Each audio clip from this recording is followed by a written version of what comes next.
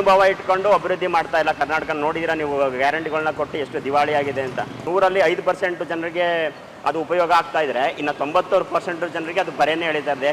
ಅಲ್ಲ, ನಮ್ಮ ಪ್ರಕಾರ ಆದರೆ ಯಾವ ವಯಸ್ಸಿನ ಇದಲ್ಲ, ಇಲ್ಲಿ ಜನರ ಒಂದು ಏನು ಕಷ್ಟ ಸುಖಗಳನ್ನ ಕೇಳ್ತಾರೆ ಅಂಥವ್ರಾದರೆ ಸರಿ.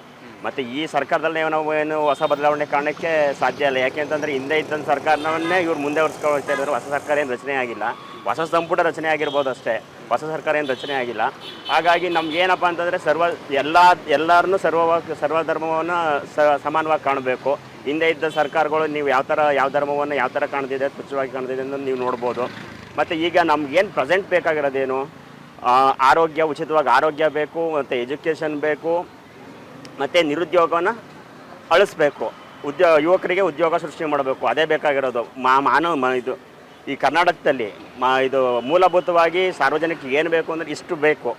ಈ ಮೂಲಭೂತವಾಗಿ ಯಾರು ಕೊಡ್ತಾರೆ ಅದನ್ನ ನಾವು ಅಕ್ಸೆಪ್ಟ್ ಮಾಡ್ಕೋಬೋದು. ಆದರೆ ನಾನು ಈ ಸರ್ಕಾರದಲ್ಲಿ ಏನು ಬದಲಾವಣೆ ಆಗೋದಿಲ್ಲ ಅಂತ ಅನ್ಕೋತೀನಿ.